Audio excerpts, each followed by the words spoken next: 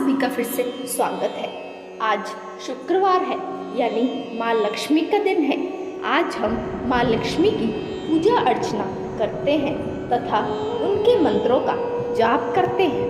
प्रिय भक्तों, यदि आप आज के दिन माँ लक्ष्मी के इस मंत्र का जाप करते हैं तो आप देखेंगे कि बहुत ही जल्द आपके घर धन की वर्षा होगी और आपके ऊपर माँ की कृपा हमेशा बनी रहेगी। प्रिय भक्तों, ये बात कहने या सुनने की नहीं है। यदि आप सच्चे मन से माँ लक्ष्मी के इस मंत्र का पूरा 108 बार जाप करते हैं तो आप देखेंगे आपकी मनोकामनाएं झट से पूर्ण होगी। तो चलिए जानते हैं माँ लक्ष्मी का वो दिव्य मंत्र। उससे पहले यदि आपने मेरी इस वीडियो को लाइक नहीं किया तो लाइक कर दें और चैनल पर नए हैं तो चैनल को जल्दी से जल्दी सब्सक्राइब कर दें। मंत्र: ओम श्रीं ह्रीं क्लीं श्री सिद्धलक्ष्म्यै नमः। ओम श्रीं ह्रीं क्लीं श्री सिद्धलक्ष्म्यै नमः। ओम श्रीं ह्रीं क्लीं श्री सिद्धलक्ष्म्यै नमः। ओम श्रीं ह्रीं क्लीं श्री सिद्धलक्ष्म्यै नमः। ओम श्रीं ह्रीं क्लीं श्री सिद्धलक्ष्म्यै नमः।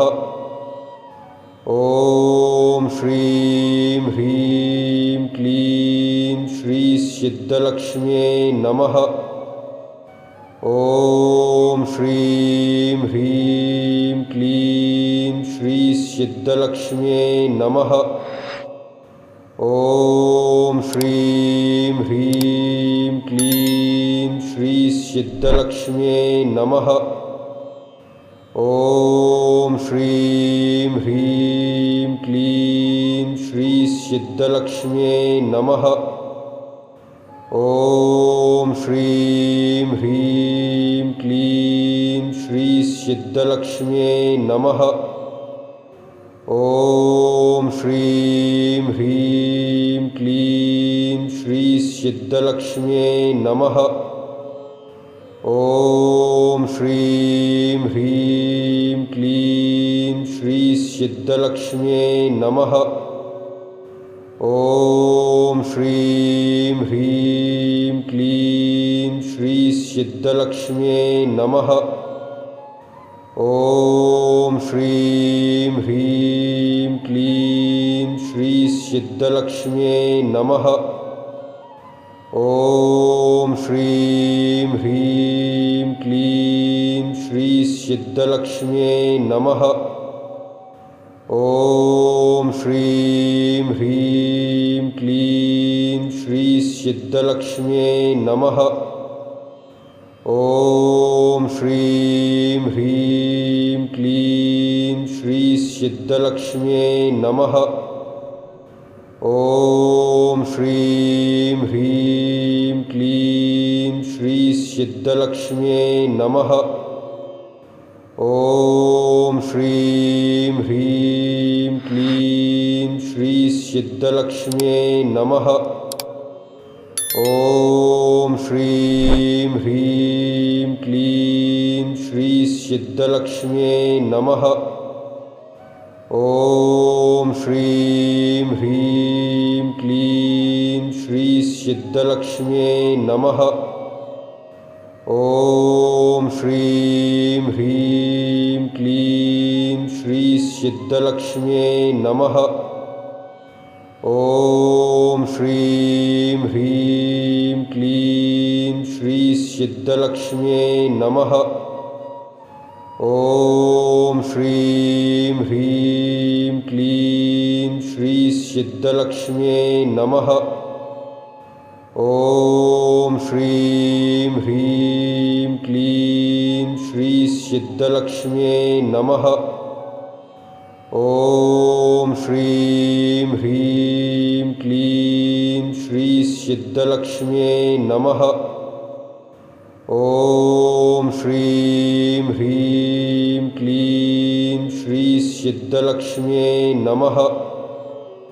ॐ श्रीं ह्रीं क्लीं श्रीसिद्धलक्ष्म्यै नमः। ॐ श्रीं ह्रीं क्लीं श्रीसिद्धलक्ष्म्यै नमः। ॐ श्रीं ह्रीं क्लीं श्रीसिद्धलक्ष्म्यै नमः। ॐ श्रीं ह्रीं क्लीं श्रीसिद्धलक्ष्म्यै नमः। ॐ श्रीं ह्रीं क्लीं श्रीसिद्धलक्ष्म्यै नमः। ॐ श्रीं ह्रीं क्लीं श्रीसिद्धलक्ष्म्यै नमः। ॐ श्रीं ह्रीं क्लीं श्रीसिद्धलक्ष्म्यै नमः। ॐ श्रीं ह्रीं क्लीं श्रीसिद्धलक्ष्म्यै नमः। ॐ श्रीं ह्रीं क्लीं श्रीसिद्धलक्ष्म्यै नमः। ॐ श्रीं ह्रीं क्लीं श्रीसिद्धलक्ष्म्यै नमः। ॐ श्रीं ह्रीं क्लीं श्रीसिद्धलक्ष्म्यै नमः। ॐ श्रीं ह्रीं क्लीं श्रीसिद्धलक्ष्म्यै नमः। ॐ श्रीं ह्रीं क्लीं श्रीसिद्धलक्ष्म्यै नमः। ॐ श्रीं ह्रीं क्लीं श्रीसिद्धलक्ष्म्यै नमः। ॐ श्रीं ह्रीं क्लीं श्रीसिद्धलक्ष्म्यै नमः। ॐ श्रीं ह्रीं क्लीं श्रीसिद्धलक्ष्म्यै नमः। ॐ श्रीं ह्रीं क्लीं श्रीसिद्धलक्ष्म्यै नमः। ॐ श्रीं ह्रीं क्लीं श्रीसिद्धलक्ष्म्यै नमः। ॐ श्रीं ह्रीं क्लीं श्रीसिद्धलक्ष्म्यै नमः। ॐ श्रीं ह्रीं क्लीं श्रीसिद्धलक्ष्म्यै नमः। ॐ श्रीं ह्रीं क्लीं श्रीसिद्धलक्ष्म्यै नमः। ॐ श्रीं ह्रीं क्लीं श्रीसिद्धलक्ष्म्यै नमः। ॐ श्रीं ह्रीं क्लीं श्रीसिद्धलक्ष्म्यै नमः। ॐ श्रीं ह्रीं क्लीं श्रीसिद्धलक्ष्म्यै नमः। ॐ श्रीं ह्रीं क्लीं श्रीसिद्धलक्ष्म्यै नमः। ॐ श्रीं ह्रीं क्लीं श्रीसिद्धलक्ष्म्यै नमः।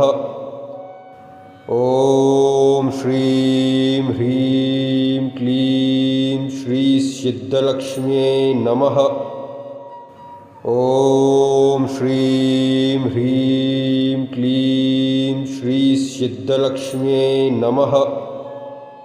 ॐ श्रीं ह्रीं क्लीं श्रीसिद्धलक्ष्म्यै नमः। ॐ श्रीं ह्रीं क्लीं श्रीसिद्धलक्ष्म्यै नमः। ॐ श्रीं ह्रीं क्लीं श्रीसिद्धलक्ष्म्यै नमः।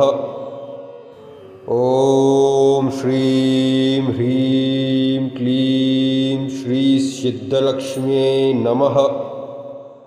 ॐ श्रीं ह्रीं क्लीं सिद्धलक्ष्म्यै नमः। ॐ श्रीं ह्रीं क्लीं श्रीसिद्धलक्ष्म्यै नमः। ॐ श्रीं ह्रीं क्लीं श्रीसिद्धलक्ष्म्यै नमः। ॐ श्रीं ह्रीं क्लीं श्रीसिद्धलक्ष्म्यै नमः। ॐ श्रीं ह्रीं क्लीं श्रीसिद्धलक्ष्म्यै नमः। ॐ श्रीं ह्रीं क्लीं श्रीसिद्धलक्ष्म्यै नमः। ॐ श्रीं ह्रीं क्लीं श्रीसिद्धलक्ष्म्यै नमः। ॐ श्रीं ह्रीं क्लीं श्रीसिद्धलक्ष्म्यै नमः। ॐ श्रीं ह्रीं क्लीं श्रीसिद्धलक्ष्म्यै नमः। ॐ श्रीं ह्रीं क्लीं श्रीसिद्धलक्ष्म्यै नमः। ॐ श्रीं ह्रीं क्लीं श्रीसिद्धलक्ष्म्यै नमः। ॐ श्रीं ह्रीं क्लीं श्रीसिद्धलक्ष्म्यै नमः। ॐ श्रीं ह्रीं क्लीं श्रीसिद्धलक्ष्म्यै नमः। ॐ श्रीं ह्रीं क्लीं श्रीसिद्धलक्ष्म्यै नमः। ॐ श्रीं ह्रीं क्लीं श्रीसिद्धलक्ष्म्यै नमः। ॐ श्रीं ह्रीं क्लीं श्रीसिद्धलक्ष्म्यै नमः।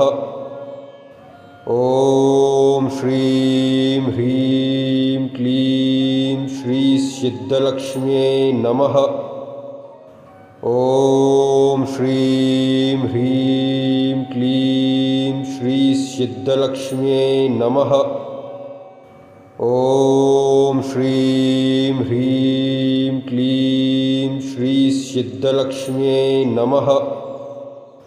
ॐ श्रीं ह्रीं क्लीं श्रीसिद्धलक्ष्म्यै नमः। ॐ श्रीं ह्रीं क्लीं श्रीसिद्धलक्ष्म्यै नमः। ॐ श्रीं ह्रीं क्लीं श्रीसिद्धलक्ष्म्यै नमः।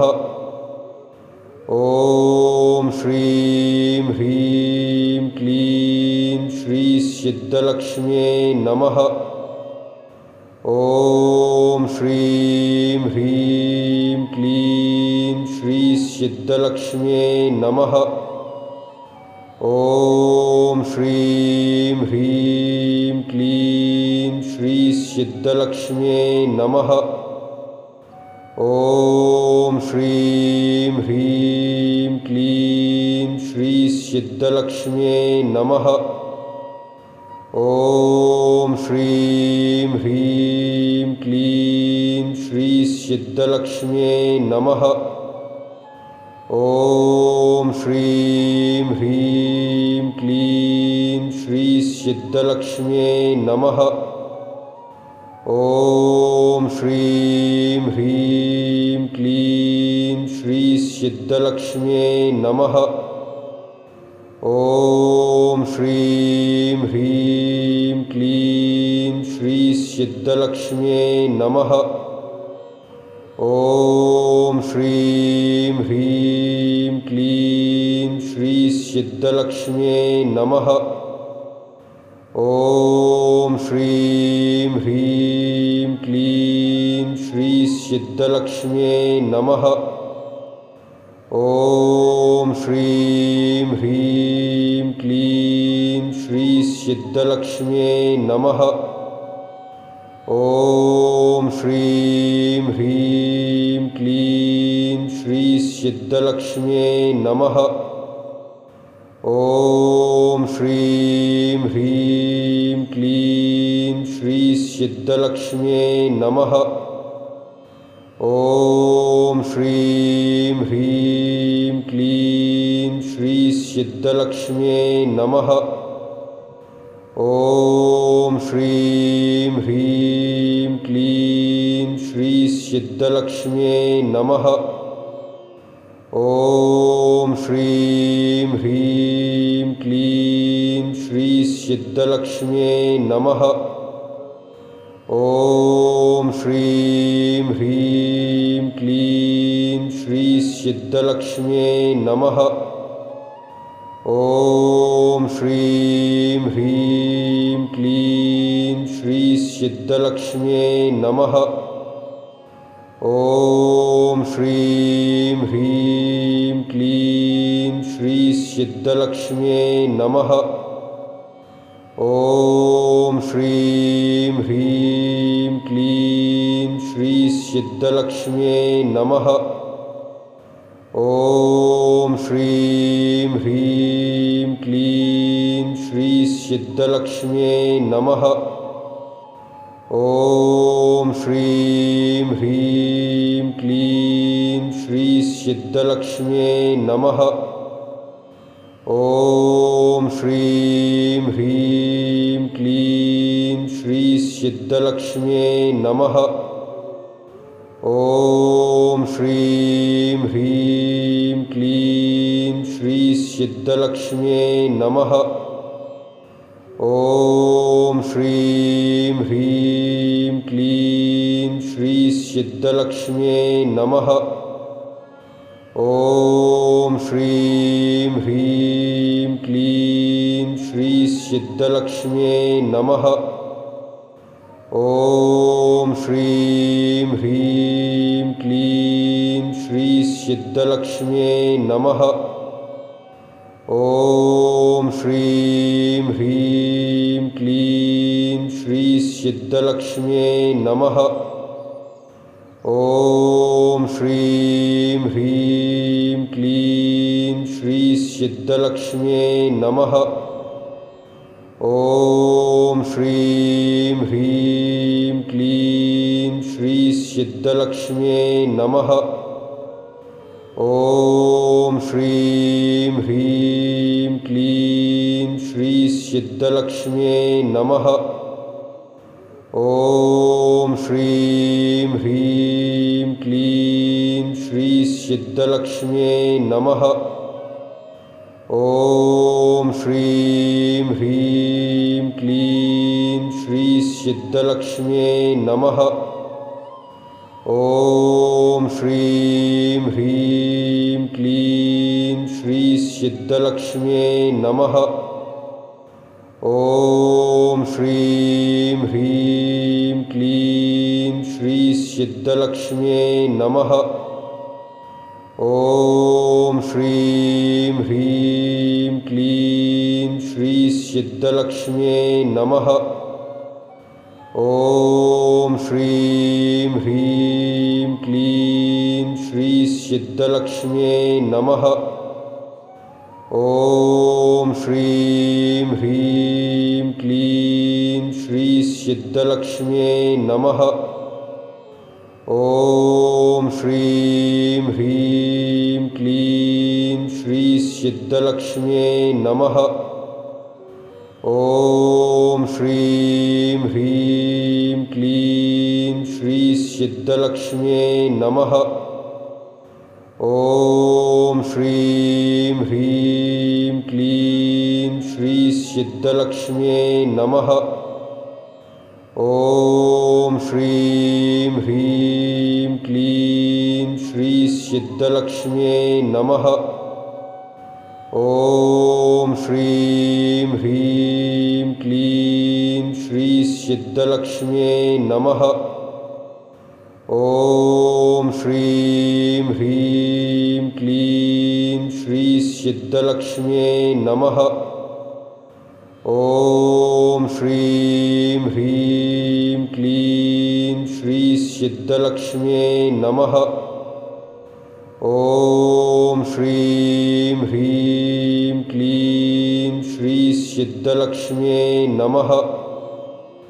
ॐ श्रीं ह्रीं क्लीं श्री सिद्धलक्ष्म्यै नमः। ॐ श्रीं ह्रीं क्लीं श्री सिद्धलक्ष्म्यै नमः। ॐ श्रीं ह्रीं क्लीं श्री सिद्धलक्ष्म्यै नमः। ॐ श्रीं ह्रीं क्लीं श्री सिद्धलक्ष्म्यै नमः। ॐ श्रीं ह्रीं क्लीं श्री सिद्धलक्ष्म्यै नमः। ॐ श्रीं ह्रीं क्लीं श्री सिद्धलक्ष्म्यै नमः। ॐ श्रीं ह्रीं क्लीं श्री सिद्धलक्ष्म्यै नमः। ॐ श्रीं ह्रीं क्लीं श्री सिद्धलक्ष्म्यै नमः। ॐ श्रीं ह्रीं क्लीं श्री सिद्धलक्ष्म्यै नमः। ॐ श्रीं ह्रीं क्लीं श्री सिद्धलक्ष्म्यै नमः। ॐ श्रीं ह्रीं क्लीं श्री सिद्धलक्ष्म्यै नमः। ॐ श्रीं ह्रीं क्लीं श्री सिद्धलक्ष्म्यै नमः। ॐ श्रीं ह्रीं क्लीं श्री सिद्धलक्ष्म्यै नमः। ॐ श्रीं ह्रीं क्लीं श्री सिद्धलक्ष्म्यै नमः। ॐ श्रीं ह्रीं क्लीं श्री सिद्धलक्ष्म्यै नमः।